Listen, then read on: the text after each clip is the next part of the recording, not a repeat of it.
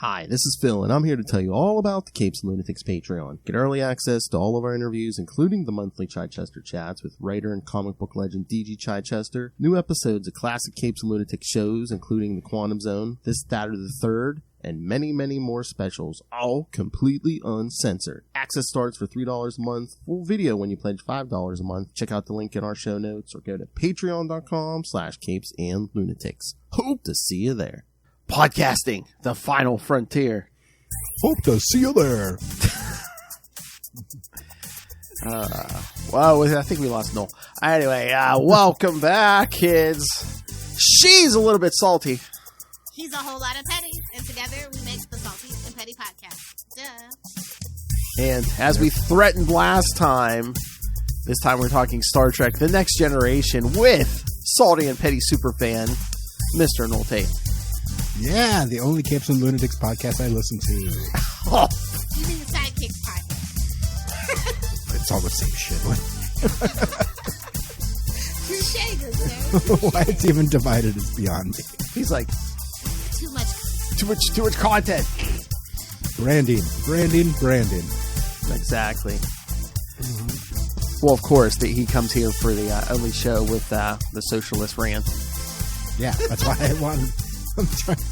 This Star Trek's perfect for a socialist rant, right? He goes, it's relatable content for me. Uh-huh. I don't know. He should listen to the Batman show sometimes because, that is definitely going towards Eat the Rich. Every once in a while, we're just Ray should listen to that. I think I hate more on Bruce Wayne and Batman than he could ever possibly.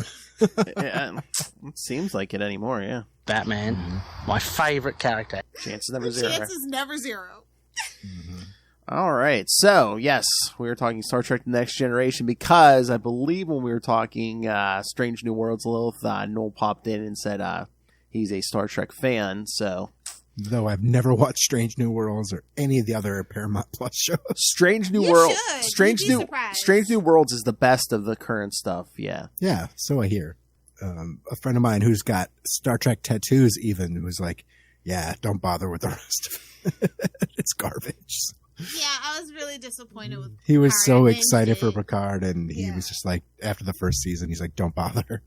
When I saw 7 and 9, I was like, oh, here we go again. No, thank you. Nostalgia Zone. Thank you. I mean, the last season was the best because they got the band back together. No, that's just your nostalgia talking, babes. I'm Well, sorry to tell you. Todd Stashwick was good. Okay. Friend of the show, Todd Stashwick. Yeah. Well, friend of a friend to the show. Oh, yeah. Friend of Rob Southgate. But, yeah. So, Knol, tell us about, you love all the classic Trek and the Trek of the 90s. So, where did you start? Yeah. I know, myself, I was there day one on Next Gen. Were you watching it from the beginning? Yeah. They actually announced it on my birthday in '86 that they were doing the show. I remember that. Oh, so nice. I was like, yay, they're doing a new Star Trek. But I'd watched reruns of the original series and had seen I'm old, so I've seen all the movies in the theater. I remember hating the first one when I was a little kid. I mean, I was a pretty little kid. It was right, Star Trek time or Star Wars time. So everybody thought, oh, this Star Trek, this would be great. And then it was just like, what the hell is this? Wrath of Khan scared the shit out of me, and I loved it. And then it was just on. They put those weird bugs in the people's ears. It was just terrifying. Oh, yeah. Chekhov surviving by the skin of his teeth. Exactly. But I still loved it. And actually, looking back, Star Trek 1 is, I think, my favorite Star Trek movie now because it's the most bizarre and kind of stupid and good-looking. Total vanity project. Yeah, but it's one of the best-looking sci-fi movies of all time. It's amazing. It's just like some of the scene where it's Spock and he's like in the little rocket chair shooting into the eye of V'Ger or whatever. And it's like just a 10-minute sequence of him going through Technicolor. It's so amazing. It's giving Space Odyssey 2001 for sure. I think it was one of the same effects people or something, or the same effects crew for 2001 on that movie. So makes sense, but it's just trippy and cool. It's just so weird because, I know HBO was replaying a bunch of them a few weeks ago, and I'm just watching them back now. It's like Star Trek 3. It's just like Christopher Lloyd is a Klingon. That just seems so weird now. It does seem. I mean, he does a great job, but in in context, watching it meta watching it. Like, what the hell? This doesn't make any sense. But it's great. He's kind of terrifying. He can be a terrifying dude when he wants We to. gotta do something about those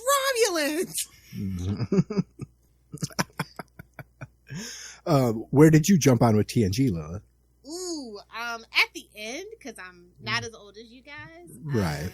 Yeah, I think probably I started watching with my dad probably like season 5. So Okay. and then, I think that was the highest rated season of all of them. I thought 4 was, but I think I actually just read. I think 4 is the 5 most was. critically acclaimed, and 5 Yeah. might be the highest rated. Is how that goes because Yeah. kind of treacherous. People jumped on after they heard 4 was so good. Yeah, makes sense. Yeah, it was. I remember when they first dropped those on Netflix. Whatever that was, 10 or so years ago. Did a rewatch of every single Star Trek series, and season 1 of TNG. Oh my god, it's so bad. They didn't know what they wanted to do. I mean, let's be honest, it really doesn't get solid until season 3 because of what happens in season 2. Yeah, season 2, the end, it gets really good. I think, and the sad thing is, I think it was Roddenberry actually like wanting to make it more what his sort of vision for it would be. Apparently, a lot of people have said that. Yeah, he wasn't even going to do the Next Generation until he saw some spec scripts and some effects, and he was like, "Oh, this is terrible. I need to get involved." So he did, and there's some decent stuff on the first and second season, but it doesn't really get great until season 3. The pilot never pulls me in. I'm not a big Q fan, right? Like I don't ship Picard and Q and all these other things. It's Crusher and Picard or nothing, and Wesley is his son. I don't want to hear anything about it. It's Picard and that one, what's her name? Loxana Joy? No, with the V. She was actually even on Deep Space Nine. Oh, the anthropologist woman who's kind of a thief. Oh. I can't. Vosh. Yeah. Vosh, that's what it is. Mm-hmm. Way too fast for him. Not up to his speed. Sorry, bud. She'd mess up his heart condition. Do you want that? He got it going on. I got a thing for people with heart conditions, so I think Picard is strong and he can do it.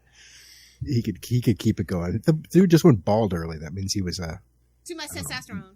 Masturbating a lot. I don't know. It all went to the palm of his hands. Yeah, that's what I was saying. We got exhibit number 1 up in the left-hand corner of my screen. Philip, What? you gonna take that from him? No. But yeah, that first season was so horrible. I mean, they couldn't even pronounce Starbase correctly half the time. Oh yeah, it's like Starbase. Yeah, they didn't know if they wanted to be super formal or. Well, they didn't know if they should try recreating the chemistry of the old tried and true formula that everybody loved, right? But they also needed to, as we all have dealt with this nostalgia-driven boom of content, modernize it. And did I hear somewhere the original plan was to focus it more on Wesley, and then after a while they it's wanted a younger generation, and then that didn't test well. Yeah, and Roddenberry he said something. The idea of Crusher, he was Wesley Crusher. He was it's seeing it through my eyes. That was supposed to be sort of his analog, which I thought was kind of weird since he was an old man and this is a young kid. May he rest in peace and power and all that. He was kind of a creepy guy. He was 2 steps away. If he would have lived till today, mark my words, he would have been like a L. Ron Hubbard clone. He literally said, "I could start my own religion. I just don't want to." L. Ron Hubbard in the making. Well, that puts him a little above Scientology. Plus, no Star Trek fan would take him seriously if he really wanted to. No, I do. There are some very fringy Star Trek fans that are a little scary. So no, especially at that particular time when he was talking about it, right after the show would cancel, in the 70s, where it was just the rise of hippies and cults and all that. He could have totally done it, and it would have worked. Let me tell you, we was all thankful he did it. Weirdly kind of a Stan Lee type character almost. Oh, very much so. Another person who could have probably started a cult too, but didn't he? I mean, they call their fans true believers, right? Mm-hmm. It's called "Shut Up and Give Me Your Lunch Money, Nerds." That's the cult. Yeah, that's what it is. Which is very Star Trek too. Yeah, well, yeah. I mean, Star Trek fans were starved for content for forever. Oh yeah, like pretty much the whole 70s. Yeah, and like Phase 2. Well, like when you hear the plans for Phase 2, you're just like, thank God that didn't happen. I don't know. They've taken some elements of that story and done stuff, which is pretty with cool. better technology. Plus, hey, we had the animated series in the 70s. Oh, true. Yeah. That's true. Which a lot of it was kind of rehashed content, but whatever. It was. I think they even took some like lines from the original show. Lifted a lot of lines from the dropped them in there. I still loved it. I actually didn't see that until much later because it was I don't think I saw that till the 2000s. Yeah, it was impossible to find for a long time. They kind of tried to bury it. CBS. Yeah, exactly. Damn. So they can make it pay for it. Is original track your favorite or is next gen your favorite? Sound it out. Sound it out. Yeah, the original. Sophie's choice. The movies are my favorite for the original, but the TNG show is. I mean, my real actual favorite is Deep Space Nine. Okay, perfect. By leaps and bounds, it's Deep Space Nine. That show is fantastic, especially starting in its third season. Oh yeah, when he grows the beard, it's when you grow. Well, when they let Avery Brooks be Avery Brooks, exactly. He was always very downtrodden about not being able to have his beard and his shaved head. And they were like he total turns into a badass the minute that happens. Like, fine, you can be a weird jazz Here abstract. it comes, guys. You can do your weird abstract poetry, and we don't care. Go for it. And he's like, "Yeah, man, I'm just gonna improv this shit." Made it a lot better, honestly. And then I would have to say the Dominion War. Actually, once they actually really serialized it, like that's how we get like that's Battlestar kind Galactica. Of the genius of it, but the downfall of it because they still were in syndication, and it was the only Trek show that at that time that had the serialized element where you could just pop in. It's just, you have to deal with it. You're in a stationary place. Everything you do has consequences, so it made sense. Well, yeah, they did hints of that in TNG. Like, there'll be 3 arc episodes and 4 arc episodes. Yeah, I forget if it was... after Gene Roddenberry got sick, he was really kind of dead set against that, and so were the suits. Well, I heard a lot of them were against that, too, like an ongoing story, because, like, even, like, that 2-part Voyager episode, The Year of Hell, they were talking about doing that as, like, a whole season, and they're like, they wanted nah. to. Yep. It's too bad. Would have gave poor Harry Kim something to do. Wow. F in the chat for that ensign rank, y'all. F in the chat. I know. Tom Paris went down and back up, and Harry Kim's still sitting there as an ensign the whole entire time. Hey man, just like somebody's got to be the proletariat, somebody's got to be the ensign. Exactly. That's how it works. The middle class get real screwed up. They didn't even let them eat cake. But I think speaking of our socialist rants, they really pushed the, Earth being a socialist. Yeah, ironically, right? Pretty hard. And like, even there's no money. All the resources are equal. Oh yeah. They pushed that, and they really pushed it hard on Deep Space Nine, that 2-part episode when they go back in time to when the revolution pretty much happened, like the Bell riots and all that shit. And it's just like, no, really? I know we're on like a huge corporate studio and all that, but there's no way the human race is going to survive unless we all socialize. It's pretty funny. And I know Gene Roddenberry was really more. It's way more. So there is no money. Sweden still has money.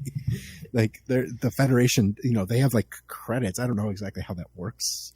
I've actually looked up essays people have written, like, how exactly do credits work in a socialist planet? And when you think about it, though, there's lies everywhere in the Federation, right? And I think that's why I, as a Star Trek fan, really like resonate with these men. They really point out, like, hey, man, I always go back to that line, like, at least the Borg tell you you're going to be assimilated. The Federation doesn't tell you. Yeah. That damn root beer. That damn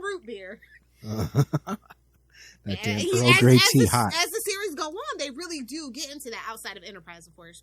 Time cops, no thanks. But everything else kind of like has that kind of running thread where it's like they say they're the good guys and they say they believe in the Prime Directive, but all the captains we know and love disregard the Prime Directive and treat it like toilet paper. So I literally was looking at my Facebook memories the other day.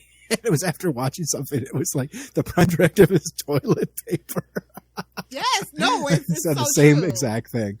Like, what do they treat that? It's like, well, I mean, I suppose people treat the Constitution like toilet paper, so why not? Oh, yeah. It's true. It's true. Mostly our lawmakers, but that's another conversation. Exactly. Lawmakers. So who is your favorite character? Well-regarded militia. What does that mean? What does that mean? Hey, a well-regulated militia. Hey, okay. what's better than listen? Get your thin blue lines and your Punisher logos on your big old trucks. Oh, they're all those guys are in for a heart attack. Did you see they announced at Comic-Con there's going to be a new Punisher, a different guy? Oh. Like, They yeah, should have just made the Punisher a woman if they really wanted a black woman. That's what they should do. that's what they should do. Yeah, I know. A black an trans elderly woman. Asian woman. Oh yeah, you're right. Elderly trans woman. Yes. Oh, Just And make sure she's autistic and has to use a cane. That just hits all their tickers right there. Yeah, exactly. but no, Lilith, I was going to say, what's better than listening to a socialist rant on Salty and Petty, doing your own socialist rant on Salty and Petty? It goes hand in hand with Star Trek. It really truly does. And they kind of like we all say it's a utopia, but oh my god, like some of the stuff that they do and have to go through, and like if you are watching Strange New Worlds, points are made. It's like they're still repeating the same faults of humans by just okay, we're not being racist towards humans. We're just being racist towards aliens. Yeah.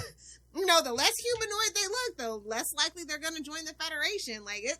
I feel like actually TNG got a little more xenophobic than the original series ever was. Like Kirk was banging anything that moved, he did them, but they were really like paranoid about the Romulans. Boy, they did not like the Romulans, and even though we didn't get much Vulcan action, which also Vulcan action, they don't ever get much action except for the Palm Fart. But live long and prosper, my friends. Spock's the only one that's gone on to get any action, honestly. Him and his dad, of course. What's his his name? Around. Oh yeah, his dad got around all kinds of. Oh yeah, he women. loved them human women. Yeah. And who doesn't? Do they Congress. have vaginas? They don't have vaginas. Oh, that was so good. Say it again. I didn't want to talk over it. Congress. Ted Cruz hates vagina people. It's because he wasn't breastfed as a child. That's what I heard. I think he was breastfed too much as a child. Well, he's half Canadian. We all like to pretend like that's not the problem. Yeah. One half Canadian, one half Cuban. What a mix.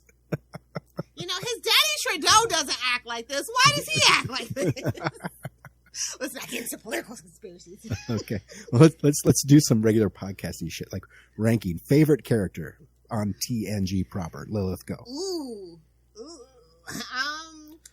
Okay. Riker is my favorite character. I'm not afraid to say. Oh, okay. No, man, who loves Franks? Everybody. Well, she loves the tall man though too. So I do. And he's got a little bit of a disability, so I could totally overpower him. That sciatica nerve thing. That's why I have to sit in the chair. So I'm just saying, you can have just a little bit of power over man. That just makes it even more sexier for me. For me. Nice. Consensually, of course. Don't at me. Philip. I mean, Riker's a good choice. I always thought it was interesting, Data and his basically seeing the human race through Data's eyes. Yeah, he's the kind of Spock, I guess, of the series. Yeah. They all had that character. Yeah, everyone had one. Voyager didn't that was really. The best the Spock Doctor, being the Spock. holographic Doctor was Voyager's. Yeah. Yeah, I guess, but then they shifted it to 7 and 9. So, yeah. My favorite TNG character is my same favorite Deep Space Nine character, Chief O'Brien. I love Chief O'Brien. He doesn't get much play on TNG, but when he does, it's great. Oh, my favorite moment is where they have the Riker clone, from the Thomas Riker, yeah. And he gives him that look. And I'm just like, oh, yeah, if you didn't watch TNG, you didn't know what that was about. Yeah, so good. It's so good. And so then I love how he's just basically the same character in the mirror world. Like, he's like literally the only character that's the same, just downtrodden, down he's on just his the luck. same poor working class Just working slob. and just doing his engineering. Like, he's our constant, guys. Yeah. But of the main characters, I think it's Picard, actually. I just He was love mine for a really long time. And then He's got I mean, and it's because he's the star of the show, and he became sort of a star as it went on. He started getting movies, and but he's got some of the best episodes. Like my favorites, I can't remember the name of it, but it's the one where the alien only speaks in like metaphors. Oh yeah. And Picard is trapped on that planet with him, and he has to figure out, like the falls at Trafalgar when the wall fell or whatever. I love that fucking one. And then also the one where he's kidnapped by the Cardassians. There are 5. There are 4. Like, yeah, that. I mean, come on, Picard. Shout out to that Star Trek podcast, by the way. I thought you were going to say the Inner Light, where he gets hit by that alien probe and it like forces him to live the whole lifetime. That's so sad. It's like, I know. Miles has to do hard time. Like, yeah, makes me cry every time. Man. I know. It's so weird. Yeah, he lives this guy's whole life, and then he wakes up. But it's like that's where it suffers from not being serialized, right? Mm-hmm. Because that should really have fundamentally changed. I mean, there's callbacks to it. Yeah, there's little callbacks, like he has the flute and stuff. And, Post Roddenberry death, mind you. Yeah. Yep. I think that episode is post Roddenberry death too. So that's why. No, you can actually have a human moment with one character the whole time. It's okay. Yeah, it's okay. Yeah, we could do that. Berman's like, thank God he's dead.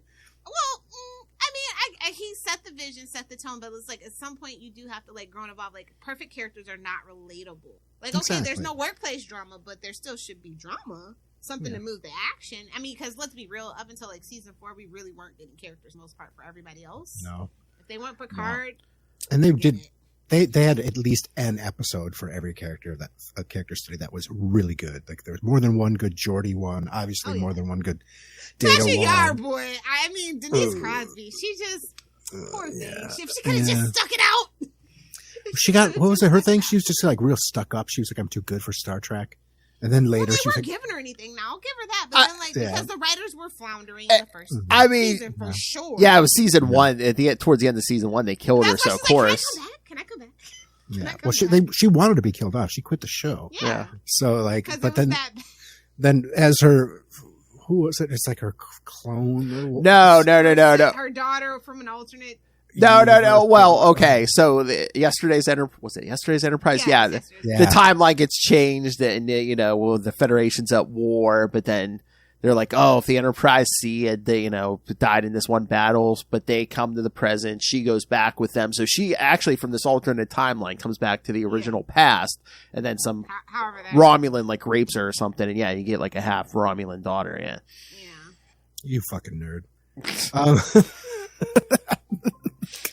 Too much of a recall on that one. No, that's one of the. I mean, it's convoluted, that's great but stuff. it's one of the best episodes yesterday. It really is, and it's like the best way they could give her character sort of an arc, and it's a good one. And she comes back a few more times too to complete that arc. And like I said, damn you Romulans! Mm-hmm. But I'm like, I do agree they should have unified. They should have. Yeah, and they do later, right? Yeah. Begrudgingly at that point, because we do get appearances by some of the original cast, like Leonard Nimoy, of course, James Doohan, Scotty in that one episode. That's a sad episode. That's a good one. I really like that one. Yeah. It's like you're stuck in a transporter, which is funny though, because if you think about the science of transporters, it's not really you, right? So it's like, don't think about it too hard, because they brought that back in Strange New Worlds. A ghost of him or something like that. Basically, a transported ghost of him shows up and it's real. He was basically just floating in that computer for 80 years. Well, that's how you stay immortal, Yeah, it's true. Kirk was kind of the only one to. No, I guess. McCoy was in the first episode. That was stupid. And they gave him old man makeup to make him look even older. It's like, you don't need to do that. The dude looks like dirt already. Why do you? That just gives me like flashbacks to the Wars of Generation. I can't believe they killed Kirk. Yeah. I'm like, it was about damn time. Mm-hmm. Okay, so we kind of talked about it. Favorite episode? Oh, it's too hard to narrow down. I'm going to give you my top. Don't think about it too hard, Lilith. I'm going to give you my top 2, but they're both 2-parters. Okay. Number 2. Yes. Number 2, my favorite is that the finale, All Good Things. Oh, it's so good. Yeah, where Q has him bouncing through Picard bouncing through time. But maybe the only good Q episode. I agree with that. That's the best. And when I say good, I mean there actually isn't an episode I hate. I'd say it's the best. So, I'd say it's the best Q episode. Yeah. But my favorite, another two-parter, the best of both worlds. Where they really generic, Phil. You're so generic. What? It's a good episode. It's good episodes, but generic. Okay, Lilith, what you got? Talk about stuff that has impact going forward. Him becoming Locutus. Real, Ask anybody, they're going to say that. Now, I have a season 1 episode, and granted, it's episode 24. They finally tried to figure it out. It's conspiracy. Oh, with the bug things? Yeah. Oh. No, it's gory. okay. I like body gore. And then that's my favorite season 1 episode anyway. So and then from season 7, I'd say Gambit part 1 and part 2. I really I love a little intrigue and espionage and backstabbing. So yeah, we really didn't have a lot of that in Next Generation for the most part. So when I got to see it, I was like, oh yes. Man, there's so much. I don't even know. I asked the question. So I don't remember the names of a lot of the episodes, but one of my favorites actually was the first one where they introduced the Bajorans with Ensign Ro. I think it's just called Ensign Ro. I think the first episode that she's in, and they bring in the Cardassians and the whole thing like that. Maybe part of why it's my favorite. It's a big setup for Deep Space Nine. A couple of years later, the character actually didn't.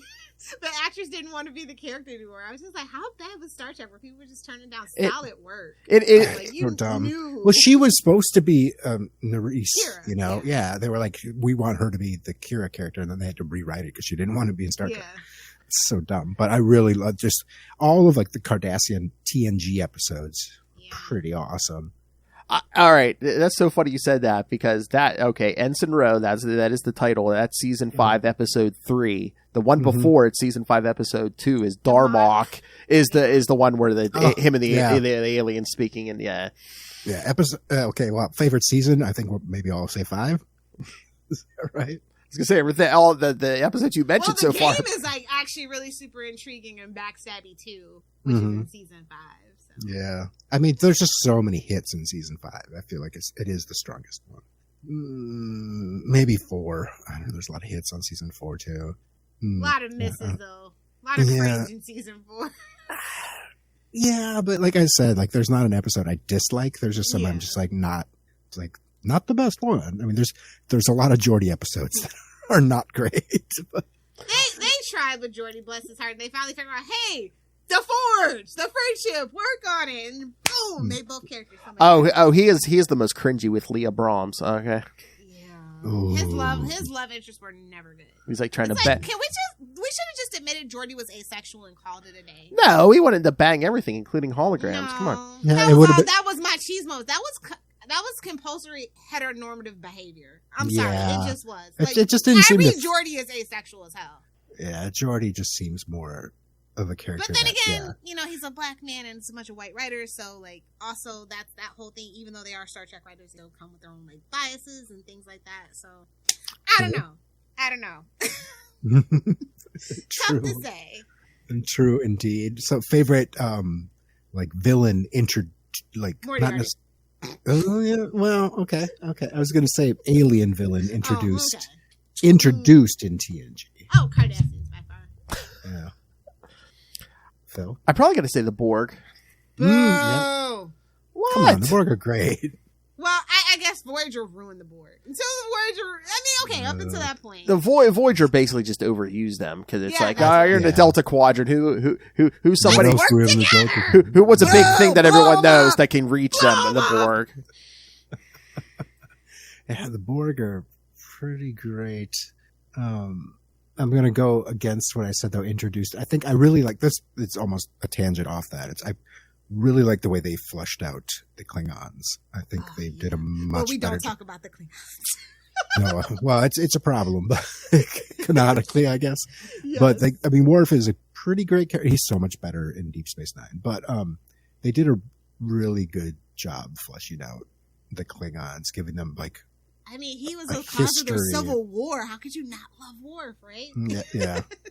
Oh, there's some really good Klingon episodes in DS9. Dude, I love it. That's during the war. High Shakespeare out of Star Trek because it's this swashbuckling, adventure, family dramas. It's really good.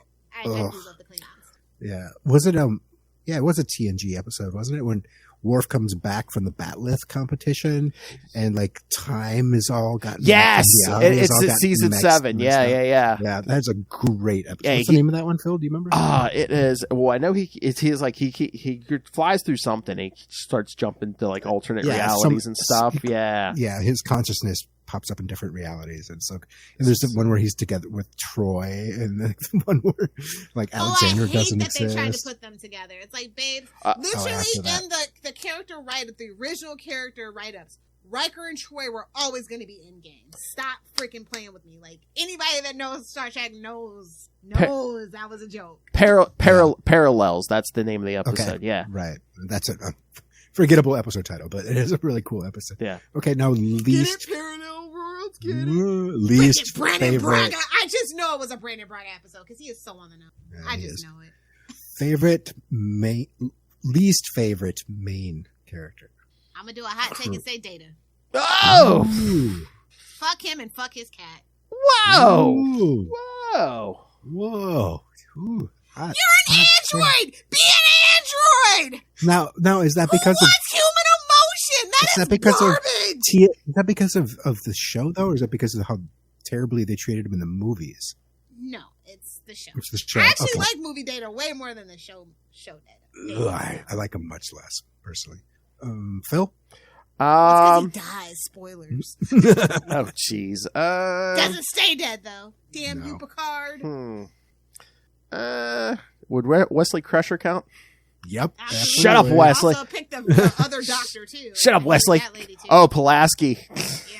Yeah, For me, it's a tie between Pulaski. I forgot about Pulaski, yeah. Her Karen I haircut. enjoyed Pulaski in my last rewatch, though. Honestly, it's like somebody did need to put these hooligans in. Yeah, I didn't mind her like back in the day, but when I rewatched, But when you know what happens, I was just like, oh, she's annoying.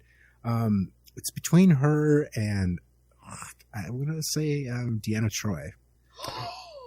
Ooh, now that's a hot take. Mm-hmm. I mean, she really doesn't get much to do, but like, I mean, she should have literally been in the uniform the whole time. I totally agree with that, Admiral. By the way, it's like, what are you doing out of that uniform? And she just, I don't know. There's just something about, she doesn't have a character growth. I forget who it was. There's some stand-up who was just like, like, what the fuck was her like weird power? Like that she only had half of because she's half you. Yeah, because she's like, I sense his hostility from these Romulans. It's like, no shit, Sherlock. What the fuck you think? It's like the spider sense. Like when a writer remembers she has it, they use it, but for the most part, forget it.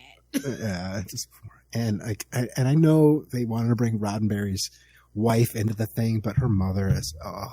You know what? The mother is annoying sometimes, but sometimes she is good for like comedic effect because she makes everyone, especially Picard, really uncomfortable. Yeah, it's funny when she's with Picard. Oh yeah, and I think she was funny when they brought her into Deep Space Nine a few times too. I thought she was kind of funny. I thought she was funnier in Deep Space Nine. They were let her be even more comedic. I think how horny she is funny. Oh yeah, like, yes. And I think the funniest moment is like when she gets kidnapped by those Ferengi, and then like Picard has to pretend he's all into her to get her back. It's like she gets back, she's like sitting on his lap. She shows us to the wedding naked. I'm like, oh yeah, top notch.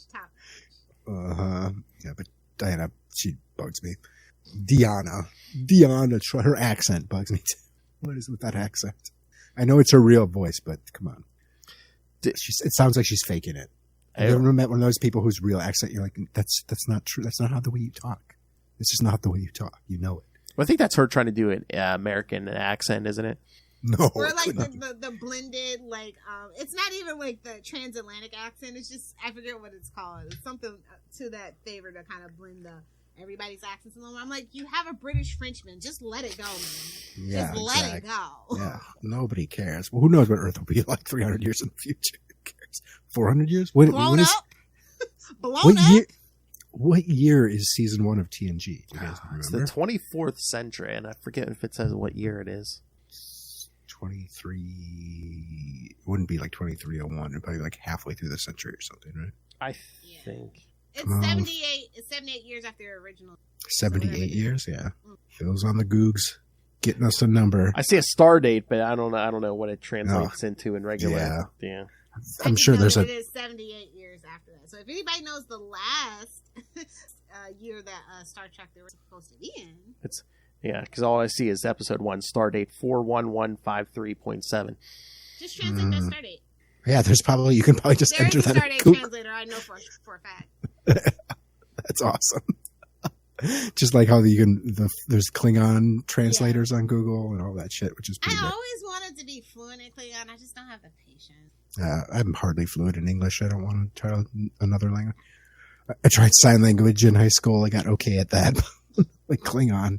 I knew I could go there, could maybe find a restaurant, tell somebody that I'm proud of them or whatever, and then maybe say I'm hungry in Klingon. That's about it. Did you find it? Here, I'm trying. All right. Anybody that's curious, I will put the comment. Here, I found it. Hold on. I'm actually super curious. Convert. That's just something I never think of. Like, what year was that supposed to be? I don't know. What the hell? I don't think it works. It's telling me the Earth date is July 8th, 1963. What? Oh, maybe not that stardate calculator. Which one are you using? Are you using Stop Academy? Stow Academy. STO Academy. That one? Usually that one works. I don't Maybe know. you did something wrong. Maybe. Oh, did we do favorite moments? No, we didn't. Not yet. Okay, the one that makes me, I can't, I love, it's stupid as hell, but I love every time I see it is, remember the episode where Q loses his powers and gets kicked out of the continuum? No, yep. At the end, when he gets his powers back, he comes back with like the mariachi band and everything. He's like, "Oh, I'm back!" And he's like giving them all cigars and stuff, and he's like trying to like give Riker women and stuff. But he's just like dancing around in this big sombrero, and you could tell Picard's just pissed. That's one of your favorite moments. Yeah. But no, but then at the end, like, you know, he's like, you know, Data was the only one that was actually nice to him. So like he gives Data the ability to laugh for like 30 seconds or something. Lilith? There's so many. Yeah, I'm having a hard time. I'm going to go with Riker rejecting Admiral Pressman's offer decides to stay on the ship, and he still wants to sow his wild oats. He doesn't want to take too much responsibility, and that's very relatable. Yeah, that is relatable.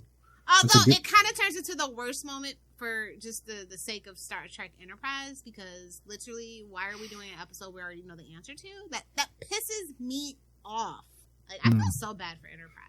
I still can't get through the whole season without skipping at least half of it, but like I still feel bad for Enterprise. Yeah, when I watch Enterprise, like time cops. That's all I have to say. Like, I don't really do with time cops. Yeah, I don't really watch it. You know, like, kind of like I'm doing something else and be like, oh, this is so lame. It's like a time waster, which I don't have time to have time wasters anymore. So I probably will never watch that series again. I know it's sort of cliche, but really the best moment for me is There Are Four Lights. That is just so fucking powerful and very like kind of Orwellian in a way, you know. But what's crazy is most people would crack under the pressure. Like there's so many, you know, psychological experiments that show people will literally just conform. Yeah, that's why it's kind of amazing. Yeah, and you know that's why they're perfect humans. Well, yeah, because I even tell them too. They lie to him and say, "Oh yeah, we captured Dr. Crusher and Worf, and we're torturing them." So, yeah, and maybe they've just had better psychological training in the military. Hopefully by then, several hundred years in the future. But I don't think so. It's just like I can see that image in my mind of him wearing like those rags, pretty much, and he's just like, "There are four lights." I think he's just stubborn at that point. He's like, "You're not going to crack me." Well, you know, he is a very stubborn boy. We learned that about him. But also, funny moment for me is when Worf breaks Geordi's mandolin and Cupid. Like, even though that episode's really dumb. Oh yeah, that's one of them. I don't remember that one. That is dressed up as Robin Hood and all that. That's the one where Vosh goes off with Q at the end. Yeah. Okay. Yeah, that is one of the weirdest ones. That might be one of my least. That's one of my least favorite. That and like one where the woman pretends to be the devil to try to get that control that planet. Yeah, that one's pretty stinky. So what's everyone's least favorite episode? What's the episode where Data and Tasha Yar have sex? That's season 1, of course. I think that's like I forget which one that is. I think it's like it might be. Like, hold on, let me look again. But that might be like episode 3, like the third one or something. What is that? The naked now. Third episode. Yeah, and that's a DC Fontana episode, which I was just gonna say DC Fontana episodes, but not this one. Again, it's season 1, so you could say anything season 1. You're like, okay, I get it. Yeah. Not anything. There's some good ones. Yeah, I guess. But yeah, that's the third episode. Danor's pretty okay. That's pretty crazy. That's the third episode. Yeah. Shows you unserious, like it can be mixed up anywhere in there. And she's like, yeah, it's that time that she boned a robot. I'm fully functional. I mean, it's relatable. Well, I mean, that's Lilith's dream. Execution. The lights needed to be better. There needed to be some music. It's just not a lot of foreplay. Just 0 out of 10. That's not how you have sex with an android. That's all I'm gonna say. Yeah, ask Scarlet Witch. Exactly. Like, shout out to my boy Vision. Mm-hmm. He just looks over at Pietro. Suck it. I got your sister, bro. You know what episode actually is really kind of boring to me? This might be a little controversial. The first episode of season post Borg, after Picard is assimilated and he goes back to France. Oh, the family, yeah, with his brother, and they end up wrestling in the mud. Yeah. Oh yeah. God, yes. That one is not and one of my then favorites. in the Star Trek movies, I'm like, thank God they're dead. It was like the first movie. It's like they're like what 15 minutes or 20 minutes in the first movie. They're like, yeah, we can just kill this whole family off. Even the kid, we killed them all off. I was like, damn, the kid too. I was like, well, he ain't adopting that kid, so he's got to die. Yep. Was there a B plot in that one? Well, it was Worf. When Worf's human adopted parents show up. They're and like, come take your damn kid, you neglectful bastard. Yeah. And like the B plot is so much better than the A plot in that one, and that's not a very good B plot either. So it's like that one just sticks out to me. As I remember being like, oh, I kind of want to skip this episode, even though I actually kind of do like the kid who plays his nephew. But man, like I'm a pretty old dad, but his brother must have been a real old. I know. Like, I mean, that's living in the future will get you. You probably have kids. Well, they say like some people that have been born recently will probably live to be 140 years old with the advances. Well, I mean, aren't those guys like Pacino and they're shooting blanks. all that? Not that I know. No, those guys are having. They're still having kids. Are like having close kids. to 80. So that's what I'm saying. Yeah. So. Sure. You believe what you want. All those drugs in the 80s, no fucking way. Lilith, that sperm is powder. Lilith, these are the guys who could afford the best doctors. They're probably getting the best Viagra or whatever he got. No. They're stealing sperm from young. It's like a whole piece of game thing. I mean, if you do believe in that theory, maybe that's about the only way.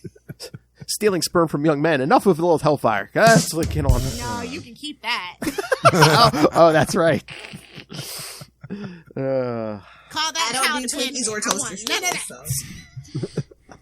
I don't do Twinkies or toaster strudels. So I don't get that reference. Good for you. You know what episode? There's a season 7 episode that I've heard people like mock, but like I love watching it every time it's on. The one that season 7 where the crew starts mutating or de-evolving. Oh, is that Genesis? No, it might be. Yeah, it is. There was a terrible episode directed by Gates McFadden, and I think that's Genesis. But of course, Brandon Barner directed. Yeah, it is. No, Gates McFadden directed. It is. Yeah, Gates did direct it. Yeah. Don't remember. I just remember the Voyager one where Tom devolves. Him and Janeway become lizards and have babies. Yeah. Oh, it's so terrible. And they talk about it to the I mean, they say that might be the most reviled Star Trek episode ever. It's just that, no, it's pretty much anything to do with Enterprise. If it didn't have T'Pol's nipples, nobody liked it. I'm just gonna put it out there.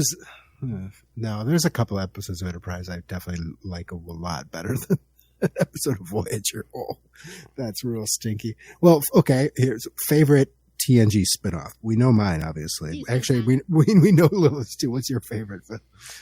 Again, I know Lilith's going to roll her eyes, but I love Voyager. No, I get it. It's kind of a return of form to episodic storytelling, and Janeway is. She's a menace, and I love me a ginger menace. Okay, I don't deny it. Why Q was trying to hook up with her, I get it. And again, there's coffee in that nebula, and it's like pure exploration. And since they're in the Delta Quadrant, you're not going to deal with the bureaucracy and all that bullshit. So, but that's also what makes it so annoying because it's like, babes, There is a manual. You can feel free to try to follow it for at least 2 episodes. For me, Chakotay is the reason to watch Voyager, I think. Well, I think that's everybody that like dude's a boy. That dude is fucking awesome. He's so good. Everything else is give or take most. But it'll tear the hole off. They tear it off. Mm-hmm. Oh, but those two stragglers that they pick up. Oh, I hate Neelix and Cass. Neelix and Cass. It's just like, ugh. Ugh, they're annoying. Wait, does the Maquis go all the way back to TNG? Yeah. Or is that deep? Yeah, it go. Yeah, because that's the thing. Like Ensign Rowe was part of the Maquis. Yeah, they were setting it up. Yeah, and that got transferred over to Deep Space Nine. Space Nine, yeah. Voyager. Okay, gotcha. I couldn't remember I was like, oh yeah, I forgot it was a Rowe. Rowe A lot thing. of really good stuff for Deep Space Nine and TNG. Yeah, they sure did. They picked Ira Bear, is that his name? Yeah. Yeah, he picked a lot of. It's like, oh, that's right give me for Worf, give me Miley, give me Miles, give me Smiley. Yeah. Oh man, that show's good. They really did set up like when they finally did the buddy stuff with Geordi and Data. It's like, oh, we can do that even better with the Doctor and Miles and Deep Space Nine. It's like some of those episodes are their buddy shit are so good, so fucking great. You feel bad when he takes that teaching job. It's just like, can't he just move in with you and your wife and your kid? Like, come on. He can be the weird, creepy. He can be Uncle Joey. And they, like, God knows Bashir had nothing more for him after that. He was on an episode of Spooks. Did you ever watch that show? No. What is that? It's a British spy drama. Ran for years and years. That sounds about right. It's really good. Here they called it something else because Spooks is a racist term. Unless you actually, but that is like a name for yeah, it's a British spycraft stuff. Here they called it MI5. Oh, okay. It's fantastic show. But there was one episode where plays a Middle Eastern doctor who is like accused of maybe being down with terrorists, but it turns he's actually kind of like a spy. It's really good. I'm like, whoa, Bashir's in this one. Oh, and he's acting his ass off. Wow. Oh yeah, he's turned up in a lot. He was in Gotham. He was in Gotham. Remember, he was Ra's al Ghul. Yeah, that's right. Yeah, that one was a little disappointing. Close, a little bit better than Liam Neeson. Close. Yeah, closer. I agree. Closer. He's kind of a small dude. Oh, I was watching an old episode of Law and Order the other day, and Cole Meany, O'Brien. Law and Order long enough. Everyone, everyone's on there. But yeah, the guy who played O'Brien was on there as like a creepy Mormon guy who was like marrying young girls and stuff, and whoa, they was involved in a murder and stuff. Yeah, so O'Brien. Mm-hmm. Yeah, he finally snapped. Isn't there a Keiko and O'Brien episode in TNG? Yeah, where they get married. Is it the one where they get married? Oh yeah, it's when they get married. Right? Isn't that was that Data's Day or whatever when Data's dating that girl and stuff? Yeah, poor Keiko. And the whole thing is like through Data's he's writing a letter to the scientist who wanted to dismantle him in an earlier scene. Yeah, that doesn't make any sense. He is property. I'm like, bro, No. do you hear yourself right now? He's sentient. He's nobody's property. That's a really good episode too, actually, where they have the there's another one. They Measure a Man, another one of Picard's ex-ladies. It's pretty good. He has so many. I know Beverly was so sick of him. She was so sick of him. Oh, they really getting the womanizing Picard. What is the one where like you don't know if it's an hallucination or Q, but we get the flashback to his academy days, where they show him getting stabbed through the heart, and that's why he needed the artificial heart. Yeah. That episode's great. I know. It was like the beginning of the episode. He thinks he's dead, and he's like standing there in the white light, and then all of a sudden, Q just like walks out, and he's like, God damn it! You again? In the episode, see, look, he should have done what Cisco did: just punch him right in the face, bruise his ego, and he'll never come back. Because in the episode, he's like, I have refused to spend my afterlife with you.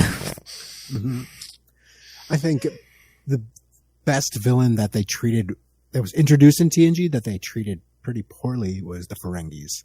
Oh, Deep Space Nine redeemed them so thoroughly. So hard. They're such a great thing in Deep Space Nine, but Armin Shimmering. They seem seems almost kind of weirdly racist. Yes. it's definitely giving goblins are Jewish people. Yeah. For sure. But then they kind of like do better, and then they do that weird episode where it kind of lost me. But yeah, they tried to redeem all that a little. You know, who's a woman? Cork. Oh, the one. Oh yeah, that was weird. So it's like it's the last season. What are you're tarnishing the reputation? Yeah, well, he's the Grand Nagus, so it doesn't really matter anymore. Well, Ron, rightly so. Yeah, I do like how they the succeeding shows will pick up stuff that happened in the other. Like, remember that episode of Next Gen where the two Ferengi, there's that big dispute over that wormhole, and then the two Ferengi get caught on the other side, and then they show them in the Delta Quadrant and Voyager in an episode. So I don't remember that at all. I forget which season it is, but yeah, there's like a big dispute between a few races over this wormhole, but then they discover it's unstable on one side. So yep, okay, yeah, I do remember that one. Yeah, there's a lot of good payoffs that they had in later series like that. That was pretty. I mean, like Voyager is pretty much only that. Like Deep Space Nine at least had some original ideas for some of this stuff. You know, they did want to return to it because they were making it the flagship show for UPN, so I totally get it. And plus, it was like a woman captain, so they really did kind of have to try to make it as can't be too trippy, traditional. Yeah. But I'm like, Deep Space Nine is the most radical Star Trek show ever because they basically made God a black man. I'm just saying, like Cisco. Well, the god of the Bajorans, at least. Yeah. Interdimensional. I mean, you know, whatever you want to call it. But yeah, like literally the first episode, he's like a religious figure of veneration. And you're just like, what? Mm-hmm. It's so good. And again, I mean, we keep screaming about it, Lilith, but I mean, they did the Picard series. Now we need a new series with like, listen, you can combine Deep Space Nine and Voyager. Yeah. They're like, we're both badasses. We both should have defiant ships.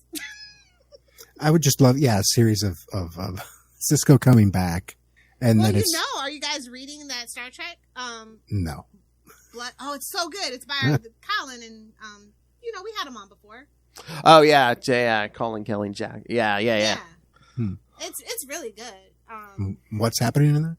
It's basically Cisco's come back, and they're like, basically they're trying to kill like all the like people like Q that like seem to be like have godlike powers, and they can't kill him, and they're like, what's going on? So now he's just like on a mission to take down all these people that have omnipotent powers. Well, that's cool. I prefer him just to come back and he goes back to Earth and he just like plays piano. His son and his mom, and just plays piano and just like sings and says like takes his dad's restaurant over. Yeah, just does beautiful shit. You know, just hangs out again by the ocean. Just get this show going with all these DS9 and Voyager people because they're not going to be around forever. We already lost the guy who played Odo. It's like, come on. Yeah, it's a shame. That character got real good in Deep Space Nine. Although I really hate his ending. I don't like the ending, but I'm just saying the arc of his whole arc. Honestly, only Rom got a satisfying ending at the end of the day. Well, him and Miles O'Brien, rightly so. Yeah, Miles. That's why Miles is the best character on both shows. No, honestly. He really is. I mean, Cisco is my favorite captain, too, by far, but Miles beats him out for that show. Picard's my favorite captain. Cisco's my favorite captain. But I do love the first meeting. Like, oh my God, when they set up the meeting between Picard and Cisco. The first episode? And he's the face of all his loss, and like Picard has been stoic this whole time, and immediately we're getting emotion. We're getting a father. We're getting everything that's the opposite of Picard, and they're meeting head on. And it's like, if you watch TNG and you're trying to get into Deep Space Nine, I felt like it hooked me so fast that first episode. I was just like, okay, I'm in, and I will be. He's yelling at Picard. It's like, well, he's got a point. I mean, I'm not gonna lie, the man's got a point. I would like not take oh, can you guys play a show this whatever night it was? Like, nope, Deep Space Nine is on. I can't do it. He pulled a Sheldon. Nope, we're watching this. Yep. You guys want to play First Avenue main room? Nope, we're watching Deep Space Nine tonight. I mean, I get so many people. I mean, I think they said the casualties were like 11,000 or something at Wolf 359, but it's just like, I'm just like, and again, it's for the story and stuff, but I'm like, does no one ever get that it's basically Picard was raped and it's like he was forced to do all this against his will? And we get it, but we don't care. I know, but I'm just saying in story, the characters don't get that. Ignorance is no defense. I don't know what. I'm not exactly sure why. It's like, yeah, he wasn't even himself. Like we know how the Borg works, right? Yeah, I guess allegedly. Most nefarious episode of Star Trek, in my personal opinion, is I, Borg, right? Well, next to when they try to kill the founders by testing it on Odo, whatever. Those two. Most notorious, nefarious episodes in all of Star Trek. Oh, well, with Hugh, and they try to send him back to the collective with a virus or whatever, yeah. Yeah, that's a good episode, though. But yeah, it is. But it's like that's some questionable shit. The root beer drinking nice guys that you like to pretend to be. Well, you know, it's what's their secret service called again? Sector. Oh, section. Was it? Section 3. No, I can't remember what it's called. Third. No, you know what? Are you talking about the time cops or Section 31? Section 31. Yes. Yeah, that's what I'm talking about. They would do all kinds of questionable shit. Yeah. Which that's a great concept. That's a little too real. Yeah, it's a great, exactly. I was listening to a podcast that had several episodes about MK Ultra, and I was just like, wow, this sounds a little bit like the CIA used to be real weird, man. Used to be real weird. They just gotten better hiding it. And they got way more funding, so I'm just saying. Yeah, I don't know. Tom King was in the CIA. Allegedly. I don't honestly buy So that. was Will Hurt, the guy who's trying to run for president. I just don't think the CIA is what it used to be. Well, that's not true. I mean, if you look probably not even that hard, they all probably are part of Bohemian Grove. So, you know, it is what it is, or, you know, that's just how it is in American politics. It's all bought and you just wait your turn. Just wait your turn. Yep, that's true. Well, at least on the Republican side. Ever since Obama, people kind of jump ship and they're not waiting their turn anymore. So, yeah. Fair enough. So, yeah, 7 seasons is a lot. Every time, like, it's so daunting sometimes. It's like, because this has 7 seasons, and Deep Space Nine has 7 seasons, Voyager has 7 seasons. Not you, Enterprise. Yeah, you sit down, Enterprise. You wrap up real quick. They had plans for Enterprise, apparently, but yeah, when the ratings were going down, they're like, okay, we're going to bring in all this stuff you guys know. You know the problem? They should have never had a fucking theme song. That's stupid. Oh, that theme song is the worst. That's the hardest thing for me in all of Star Trek. And I mean, the theme song to Enterprise. And just the whole formula for the show. I mean, they didn't get it right until now with Strange New Worlds, but it's like back then, it's like you want to do a prequel before the original series, so it's like, but it's and it was a good time. But visual effects I wanted to see that after First Contact, but it's so weird because it's like visual effects have come so far, but you don't want it to look too much better than the original series, which was made in the 60s. So. And you still want to bring Romulans in, even though clearly they'd never, just the way they try to do that. It's just like, ignore the Romulans. Like, it's set. They don't see them. Well, somebody who will remain nameless was obsessed with. We're going to have a war with people we've never seen before. I mean, which is fair. I guess that could be done, when you're talking about outer space shit, but still, like, what? That doesn't make any fucking sense. Yeah, no screen-to-screen contact at all? Nothing? Okay. A Cold War? Mm-hmm. But yeah, I'm just dreading the rewatch with all the extra stuff. Like, I haven't seen all of Discovery. I've only seen, like, literally probably... I mean, I binge-watched the whole 3 seasons of Picard so fast. It did not stick in my head. I just said, wait a minute. Isn't this just basically one long freaking version of All Good Things? He's just, like, bouncing around through time, basically, right? In these moments, trying to fix stuff. Well, you could tell season 2 Picard, they're like, I don't know, did they not have the budget? They're trying to save money because they have to go back in time to 2023 or 2024. Yeah. So, yeah. Classic. Yeah. So, yeah, it's just like, it was a blur, and it didn't fill me with glee. It did not bring me joy. Yeah. I mean, to be fair, that's also a Star Trek trope to go back to the era. Oh, yeah, obviously. Filming in, every season has to have either a wonky, like, loop day, or, we're going back in time. Like, that's just classic. Yeah. Classic Trek. I was telling Will last night, I saw something on Facebook. I forget the gentleman's name, but it's some guy, he just passed away not too long ago. I guess he was like 81 years old, but he was on the original series. He was like one of the red shirts that he was like one of the only red shirts to survive, but like he was a lot of background. Like, I think he said, he's like, yeah, I mutinied under mind control like 2 times on the series, and they used him for all kinds of stuff. Like, he's like, I was the one driving the truck when it hit Joan Collins and stuff. And How old is that guy? I said he just died at like 81 or something. So yeah. Oh, so he wasn't even that old. Yeah. He must have been a pretty young guy for that dude. Because what? How old is Shatner? 91. Didn't we just have this conversation? I think so. Yeah. So I mean, he was probably like he might have been 18, 20 or something like that. Yeah, something like that. That makes sense. Oh, the guy that played Ensign Garovic. Yeah, okay. Yeah. But I think he was like, I'm the only red shirt that survived. Mm-hmm. Which is why Next Gen we made Command red. Yeah. It's cooler though too. Oh yeah. And they're socialists, so red makes sense.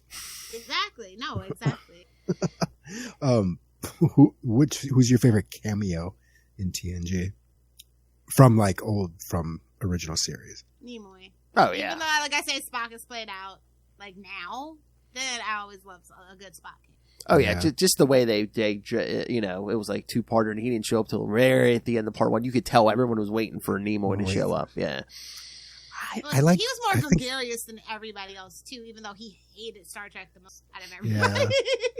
I am Spock. I'm not Spock. Blah, blah, blah. Well, he had to deal with Shatner too for how many years? So. Touché, but like they gave him 2 movies to write, and then they were like, "Oh, now we got to give Shatner 2 movies to write and direct," and look how those turned out. Mm-hmm. I like the Scotty episode. I mean, that one was good too. I mean, I think I actually prefer that. Yeah, it's a sadder, more fun. Geordi is such a punk in that episode, though. He's a punk always. But like even more, so it's just like this old guy who knows a trick or two. Man, stop being such a stuck-up future brat, little punk. Exactly. And Scotty's just like trying to like hit on Dr. Crusher and Counselor Troy. I mean, yeah, it's funny. Can't blame him. Oh no, Yeah. Skirts in town. Oh, okay. How do we feel about Whoopi Goldberg's kind of barging into Star Trek? I feel like that's always a very divisive point in the fandom. I like her character. Yeah, I like her too. Yeah, but again, she just like suddenly just like appears in season 2. She literally just called up like, "Hey, you got a spot for me?" Well, yeah, and she's then a huge like they had to call Nichelle Nichols. Is it okay? You think we should do it? Mm-hmm. I mean, it was cool because it expanded it expanded the crew a bit, expanded like the ship itself, like having a bar. It was just kind of cool. You could have like some Cheers kind of moments in Star Trek. That's exactly the vibes. Yeah. Mm-hmm. Yeah, and I mean, it's not like they tried to make her an officer or anything. Yeah, she just like worked the bar. Yeah. But she kind of took the whole ship counselor thing away from Troy too. I think is which is fine by me. I mean, that was the only thing she had for God's sakes. That and her and Crusher. I mean, not Crusher. Riker. That's like all she had, and they took half of it. She'd sit on the bridge and try to see what the person on the other side of the viewer screen was thinking. I mean, that had to be some strong. No. Her and Riker did crew reviews a couple times. Yeah. Oh yeah. When someone was up for promotion. Yeah. Oh yeah, the Lower Decks one. Oh yeah. That episode is pretty great. Oh, have you seen any of the animated stuff? No. Well, no. There's just the 70s series. Lower Decks. So. Right. Oh yeah, that one episode of Lower Decks, was it season 1 or season 2, where like they proclaimed like Miles O'Brien is the most important member of Starfleet ever. Of course, he is. They had like a statue to him and stuff. Yeah, that's awesome. That's so good. But I don't know. Guinan, is that her character? The thing is they based then one of the plots of the movies around her, sort of, and that was kind of like. Okay, come on. That's kind of dumb. The ship blew up, yeah. Mm-hmm. Do you remember the episode where they all turned into little kids and her, Picard, and Keiko, and Ro. Oh, Ro, yeah. Mm-hmm. And I was just like, oh, these kid actors are so bad. I think actors were terrible though. So yeah, it's true. Oh, the kid who played Worf's kid, Alexander. Oh, that kid was bad. Meanwhile, over on Deep Space Nine, Sirach Lofton and Aaron just love them. Oh yeah, so much better. But it's hard. How old is Alexander supposed to be when he was on TNG? Like 8 or something. Yeah. His first couple appearances, I think he was even younger than that. Yeah. I mean, no wonder Worf was so neglectful. That kid wasn't. I left him with his grandparents. Like, you're living at grandma's house, kid. You go live with your weird space is no place for a child. And then he looks over at Wesley Crusher. Well, technically, he's a cadet. He says it's fine. Do you want to join Starfleet? Go ahead. You know? Well, I mean, that's part of the problem when you have family on ships, because he technically wasn't a cadet at first. Exactly. He was just an annoying kid who was around. Well, his mother was the chief medical officer, and Picard killed his father. So, yeah, good riddance. His father. Oh, I know. You say Picard is his real biological father. I know. I can see it. Hey, that's why he hates him so much, man. Hey, Picard season 3. Him and Dr. Crusher have a kid. Yeah, who's grown now. How many kids is Picard? He was a philanderer. That was. At least Kirk only had one known child, and that kid died. Yeah, Christopher Lloyd had his men kill him. Yeah, that's a great movie, though. I still like that one a lot. No, it's a good movie. I actually met somebody who the Whale movie is their favorite Star Trek movie. Ooh, I mean, it's one of as bad as saying Nemesis is your favorite movie. Like, I just want to choke you. I love the Whale movie. I think it's great. No, I love it. No, yeah. Come on, you got to realize, serious? I saw that in the theater when I was a kid, Lilith. Are you? When you were a kid? Okay. Yeah, it was amazing. It's kind of like how when you meet people who Lilith, it was the Empire Strikes Back, and they like the little teddy bear creatures, the Ewoks, or whatever. And then so that's kind of the line. Like, you can tell how old a person was, whether they like the Ewoks or not. Lilith, I was going to say the Whale movie. Lilith, Star Trek 4 was his Free Willy. Come on. Yeah. Okay, fair enough. I love it. There's so many hilarious. Computer. He's talking to the mouse. The Wessels. The punk on the bus. Come on, it's great. And no Enterprise at all. Yeah, no Enterprise at all. That's true. It's just that Klingon vessel. That's great. Klingon vessel. Watch it again. It's fun. No, I just did. Fair enough. It's like that and Nemesis is like a tie for my I couldn't skip Nemesis, so I was just like, well, I guess that means we have to watch the Kelvin movies now. I mean, what went wrong with some of those next gen movies? Was it just like, oh, we got a big budget now, we can do crazy shit? But they literally just felt like episodes, not movie worthy plots for the most part. I think they involved some of the TV producers and stuff in those movies. Yeah. Raga strikes again. Can't be that person. Yeah, those people just aren't cut out to do movies. They should have really. People who made the other, movies were not, they didn't have the television producers make Star Trek 2. It just. I mean, Lil's right. It was basically new episodes, but it's like, oh, we got a big budget now. We can make they got lost in the sauce, and Nemesis did bad. And the times were changing in 2003, where it's like it was a little old fashioned. Even though we were getting the resurgence of the Star Wars franchise, for whatever reason, that same synergy couldn't carry Star Trek. I just don't like any. Do you guys like any of the TNG movies? I do. I like Generations. I guess that counts. Yeah, that I like the first two. Yeah, that one and was that First Contact with the Borg? Yeah, First Contact is really good. Really good. First Contact's probably my favorite, but I wouldn't call it really good. It's there's some. It's a drunk. It's relatable content for me. It's just more Borg stuff. So it was just kind of like a drunk making history. We finally put an end to the Borg. So I was like, okay, yeah, right. Yeah. So who was that into the Picard series? I don't know. Exactly. I said until Voyager. Yeah. Mm-hmm. Yeah. So it really wasn't that long. It wasn't. It was a welcome reprieve for me. I was so sick of the Borg at that point. Yeah, that's fair. Like when they had. I mean, I thought Borg was kind of done, and then they had Hugh that episode, and they just kept it. People loved it though, so it was like Phil obviously. So the Borg was going to be a catch, and it's a cool idea, but it's just kind of like. I mean, I would have. The Borg ship was so uninspiring. Was the thing, right? I have a ton of Star Trek toys, and it's just like I don't have any Borg stuff. Like, do you guys have? Boring. Do you guys have any of the other TNG, not TV or movie stuff? For holidays last year, Russell sent me a stack of the TNG comic books, which I still have some just. Which ones? I don't know. They're just random issues. I've never read them. The original series is at Marvel, and then Next Generation is at DC. Yeah, they're DC. They're DC. Over to Dark Horse or Image or something. Yeah, like that. they're DC TNG ones. There's actually a couple Gold Key. Original Star Trek ones in there too. I was gonna say, I think I have like 2 issues of the DC Next Gen stuff.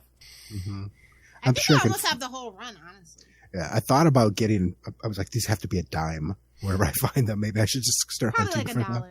not a dime, but probably like $1. Well, I've definitely seen some in the 25-cent bin. Oh, it depends on here, the so- condition like too, terrible probably. condition? Yeah, I don't give a shit about condition. Just having them. So Yeah, but that's might be why they're cheap if they're like, Yeah. you know, Mhm. I'm like, bent up and shit. I can't have a torn cover. I can't do it. no, not torn covers. They're not really But- super bad. They're definitely readable, but Spines, like, kind of Yellow bent and- pages, yeah. like staple out of place. I can't do it. Like, my collection Fucking is nerd. pristine. Did you take your medicine today, Lil? Mhm. Oh, you know what? You're right. Hold on. All better. Not you. You were here. You're not yourself when you're sober, Lilith. It's fine. Yeah, we said it's the Snickers ad with her, except it's her. Just for glaucoma and arthritis. I am your internet granny after all. Mhm. So, That's legal here now. it's legal, well, in my not state. legal, well, it's legal where I reside, technically. Yeah. It's not where I live right now. I mean, I don't do it. I don't have a dog in the fight, but I'm just like, why is that not legal everywhere and alcohol is? Yeah, same. I'm the same way. I don't know. You know I've never, what? 'Cause it never actually have, never cures will. things. But it's like, It cures why? things. Oh yeah, because that would take money away from big pharma. From big okay, pharma, yeah. yeah. Okay. At the end of the day, yeah. Nah, Like just 'cause they have it. Kava's had a big dispute, things like that. So Mhm. Yeah, alcohol doesn't really cure. it's a disease itself. Don't forget, Yeah, alcoholism exactly. is a disease itself, guys. Yeah. Well, addiction actually to any. Yes, 'cause- but they there's- make such a big deal about it. Yeah, Just specifically exactly. only alcohol, guys. If you Mhm. if you're addicted to meth, that's your fault. But Well, yeah, because how many people are making how much money probably off alcohol too, so they don't want that to. rehab centers and How many people made money off opioids, and now it's like, looking at you, Johnson and Johnson. yeah, exactly. Mm-hmm. Ah, I say bring it either full circle. criminalize all of it or legalize all of it. Okay, pick a let's do side, Portugal. just pick Sweet, one. yeah, let's do Yeah. it. Mm-hmm. Portugal. They don't. I mean, all they have is what Romulan wine in Star Trek. What is that? What's Romulan ale? Romulan but ale, not yeah. illegal. But everybody. Oh no still has it. Klingon blood wine. Yeah. Yeah, blood wine. That too. I guess. And then watch me hit Lilith right in the heart. Yeah, don't they have synthahol where it doesn't get you drunk or whatever? Yeah, it's like babes. What's Well, the point? At least sometimes they get to make cookies that are actual cookies that aren't made out of the synthesis. Mm-hmm. Scotty finds himself a bottle of scotch. Exactly. Oh in yeah, TNG. Albert. None of this bloody synthahol. Want some real scotch? It was some kind of whiskey, and Picard's like, "Who do you think gave it to guy?" And Yeah, exactly. Oh, that's right. That's funny. See, Scotty's the best. Well, on that note, we ended on a happy note this time. So Yeah. Lilith's like, "Drinking, yes." I don't do that either. I'm a square. What can you say? Yeah, Mhm. no, so I'm the it's same to way. be a square sometimes. No, it is, especially for Huey Lewis. You know what? I They think call you- they say, what is it? Don't be a a L7 or whatever, or be there or be square because you're not around. Is the actual full saying. I learned that a while ago. Like be there or be square because you're not around. I thought that was kind of funny.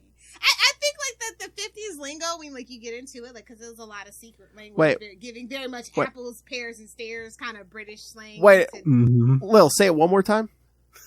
What? No, say it one more time. Be there or be square, and you're going to be square because you won't be around. You know what? It's not my fault you're brain dead from your comic books, okay? I told you I got a class action lawsuit against Marvel and DC. Okay. Well, I have one against That Snickers ad. No. I haven't read a comic book in Your 2 mother's months. a whore! Oh, Frank Miller. Frank Miller damaged your mind. That's right. Yeah. My young, fragile mind, I had no business reading that. Your mother's a whore! Yeah, Miller will fuck you up. Oh yeah. Listen to this. I need that as a drop. Your mother's a whore! The complimenting drops. Frank Miller will fuck you up. Your mother's a whore! Example A. Mm-hmm. On that note, thank you so much for joining us, Noel. Do you have any plugs? No, What? No shameless plugs? No duck plugs. not plugging anything right now. But do you have knees? Is what happened.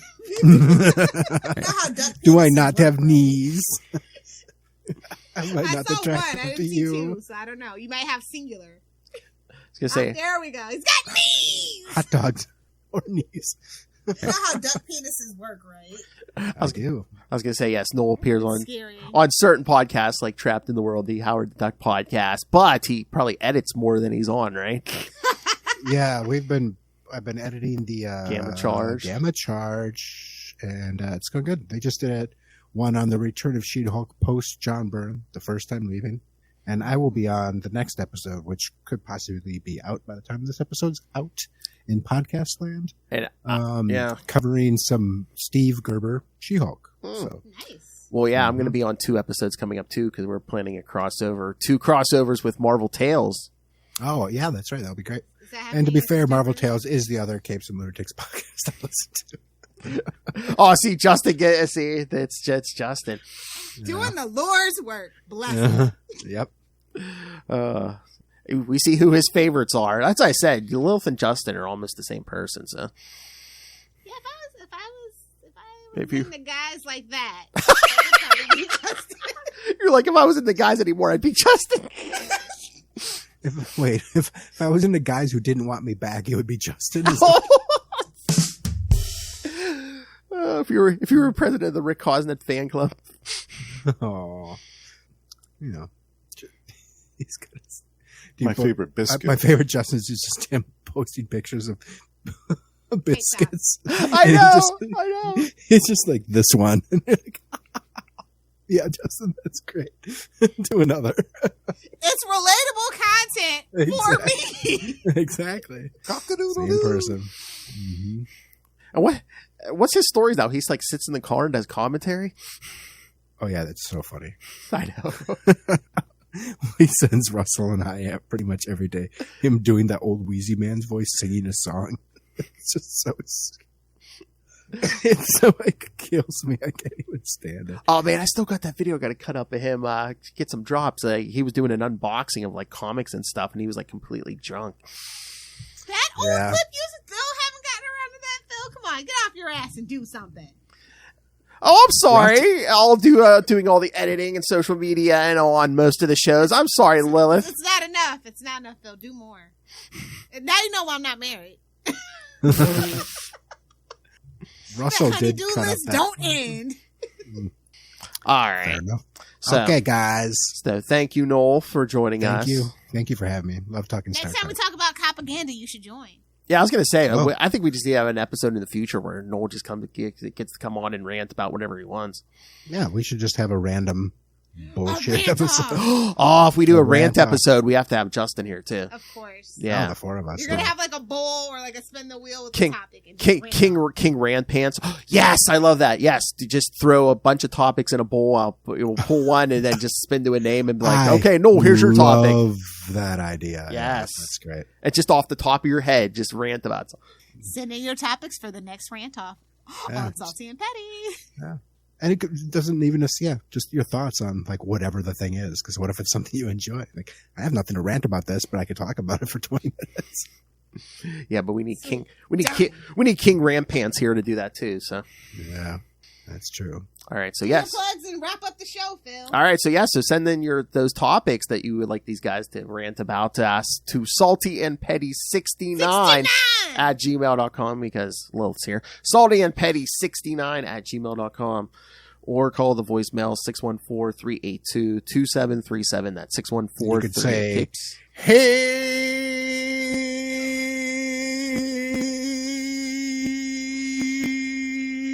baby man, you're a little baby man. Hey, our favorite Mountain Dew Yahoo. Baby man, you're a little baby man. What was that? Is that our favorite Mountain Dew Yahoo? Oh, yeah. Well, no, I think Noel started that. You're a little baby man. Wild like an animal. No, I invented that, you dick. Phil lip-syncs along when he plays that one. It's his favorite. What? The invented it, you dick? Uh-huh. You're lip-syncing. This is his music, Noel. This is like him conducting an orchestra. It's his art. My fetish is to get touched by a white man with cornrows. True. Well, Well, Those you can boobs go watch scare me. Dan Franco and Spring Breakers. Oh! Oh no. All right. It's not just for boys. Yes, all right, kids. Find everything on our It's for ladies too. Capes and Lunatics on tubespace.io/Capes and Lunatics Podcast Network. This tube space is for ladies too. .io/Capes and Lunatics Podcast Network. There you go. Booty looks good all the time. I mean, it can be. Like, booty do Wow. look good. All right, so no plugs. All right, Internet Granny, where can people find you on the Yes, Facebooks? If you wanna hang out with your favorite internet granny and be a curmudgeon like me, but be sure to stay off my lawn, you can either friend me on Facebook, Lilith Hellfire, or I did create some social medias for you guys. It's Internet Granny. That's GRANNIE on Threads, Instagram. I was just gonna say, have you done a Threads yet? That's great. Not yet, but it's created. I haven't sent anything out. Yeah, I've decided I'm just reviewing random songs that I don't like. On Threads. That's all. The only thing I posted. I realized how stupid the lyrics were to Radiohead's album "The Bends" yesterday. Oh. And I just said, it was a thread. I was like, I just realized how stupid these lyrics are. 4 out of 10. I don't understand. I mean, music is such a big part of your life. I don't know why you don't do a podcast about music. Not everybody has time for a million podcasts, Phil. There's that, and I have thought about it. We're doing the record club as part of the Trapped in the World with Justin introducing records.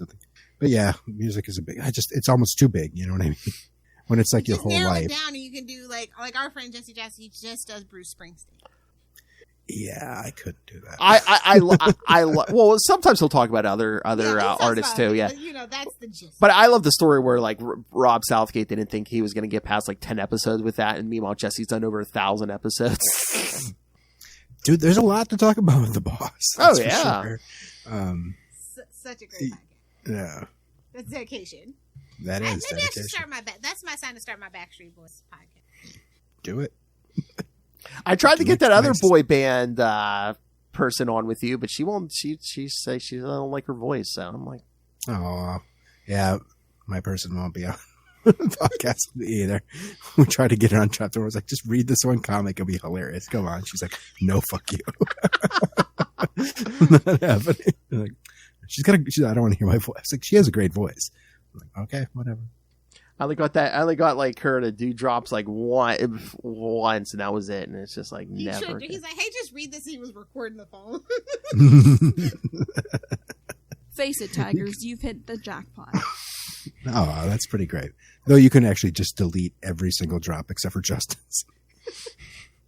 Oh, I know. Yeah, Justin's aren't going anywhere. Yeah, no, especially Justin doing Lilith. It's just the best. Oh yeah. I'm a sucker for a guy with a powerful rod. Scream at! Tap, tap, tapping my way downtown. That's the one. Superior puss. That's the one that gets me every time. Yeah, Lilith still laughs. Giant sized man thing. See, he's got to get the old boy in there. He's got to redo that one. Gotta redo it. Yeah. Well, that escalated quickly. Phil. Jeez. Yeah, you got to be up early tomorrow. Oh, man. You got to be up early because we got to do an episode before we talk to DG Chichester tomorrow morning about his big announcement. Oh, that's another one I listen to. I love listening to DG talk about random bullshit. It's pretty great. Yeah.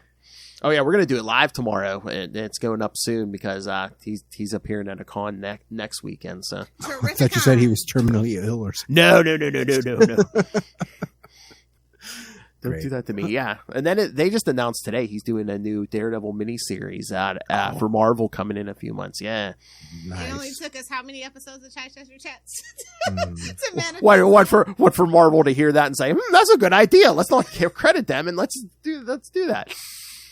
Mm-hmm. So look for some hopefully spoilers on that. Or maybe it's just the 90s are back. Lilith's like, I'm sober enough. Let's get out of here. Bye, guys. I got Oppenheimer late night show, bro. Ooh, yep. I wonder who paid for that. Me. Oh. Pig. No, I thought you tricked young men into that. Yeah. I'm not gonna go see an art house film with a stupid stinky boy. Well, anyone you'd sleep with. It would go right over the head of anyone you'd sleep with. Exactly. Nolan hasn't been art house for how long? This one is his piece de resistance. Okay. Ooh, French. It's gotta be better than Tenet. Mm-hmm.